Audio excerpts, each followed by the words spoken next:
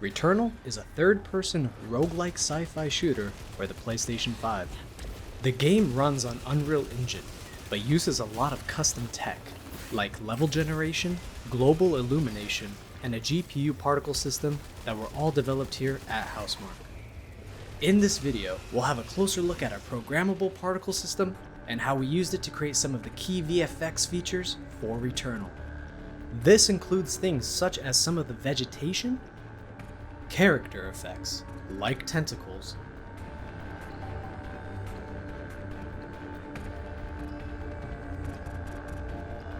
and volumetric fog driven by fluid simulations.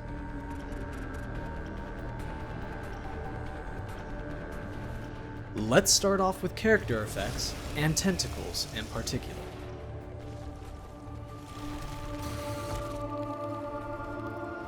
Tentacles in Returnal are constructed from chains of particles. Our VFX engine allows particles to have parent-to-child relationships.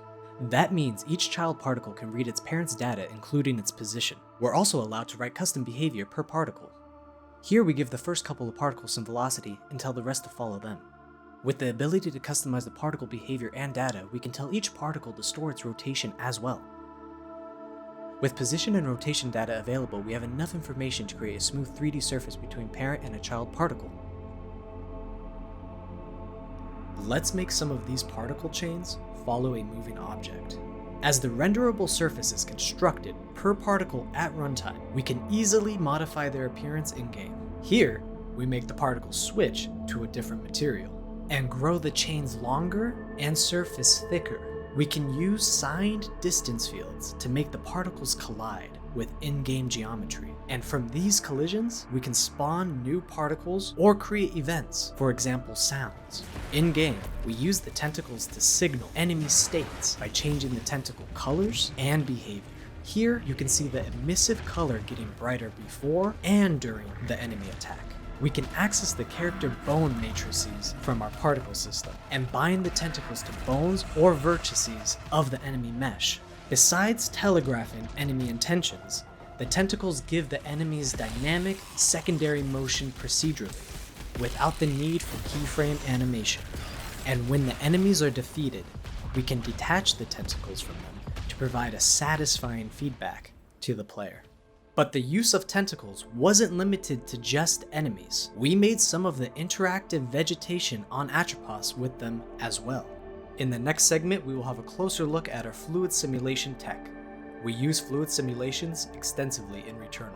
One of the most important use cases is to simulate airflow around the player. For that purpose, we use a fluid simulation grid that follows Selene as she moves around the levels. We refer to this simulation as global fluid simulation. Game events can apply impulses to that fluid grid. Here we can see a visualization of the fluid velocities appear when Selene fires her weapon. Other player actions like dashing and melee also have an effect on the simulation. Every visual effects system in the game can sample the global fluid simulation. Here we can see the vegetation reacting to bullets fired by Selene. We can also do similar things with almost any actor in the game. Here we can see the enemy bullets affecting the fluid simulation.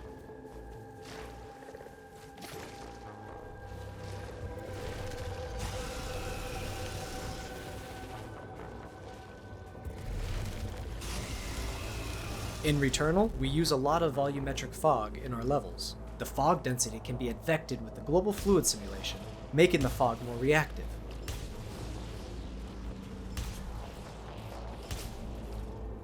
Similarly, we can use the fluid velocities to affect regular particles like the Xenoarchive holograms. And tentacles. In some cases, we wanted to use more detailed fluid simulations. Like here, Freki has its own fluid simulation for the fog that is emitted from its skeletal mesh. Also, there's a separate simulation for the fog on the ground, as we wanted to have some extra detail there as well. To emit fog from a skeletal mesh, we made a custom component that converts the mesh into voxels. Each of those voxels can emit fog density, and VFX artists have full control of the emission logic on a per voxel basis. To make the fog look more interesting, we can ramp up the density amount and add turbulence into the simulation. Volumetric fog isn't the only way to visualize the density field though. We can do isosurface extraction from the simulation data and give the effect a more solid appearance. This technique was used to bring some of the alien technology and cosmic horror elements on Atropos to life. In the last segment of this presentation, we're going to have a look at how we did some lightweight destruction visuals with our particle system. We do prefacturing of the destructible assets in Houdini. Before the asset is fractured, we do a pass where we separate the interior of the object from its surface. Here, the object on the left is the source mesh, the object in the middle is the fractured interior, and the object on the right is the fractured exterior. We export both the interior on exterior meshes from Houdini to Unreal Engine, using a custom format that allows us to retain information such as bounds and pivots. To keep things lightweight, we don't do RBD at all. Instead, everything is done via particle simulation. By using particle simulation only, we can keep the performance costs low enough to afford 1,000 pieces per destructible object and several destructibles on screen simultaneously. When a destructible object receives damage, we start detaching the exterior pieces from it first. When its health reaches 0, the whole thing collapses. During collapsing, we take advantage of our particle hierarchies and group particles together. This allows us to move groups of particles together and make them appear as if they were a single bigger piece. When the particle group collides with SDFs, we can detach child particles from it. Naturally, these objects can be destroyed by enemies as well.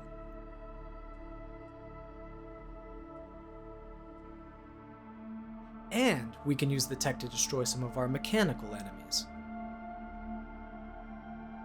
The body of the Nemesis boss was rendered and simulated entirely using the particle system. Per particle control of the pieces allowed us to animate them, based on where the player bullets hit. We also used a sparse fluid simulation and voxelizer for the Nemesis's head as well. In the later stages, we made the pieces move around by themselves to support the dreamlike atmosphere of the encounter.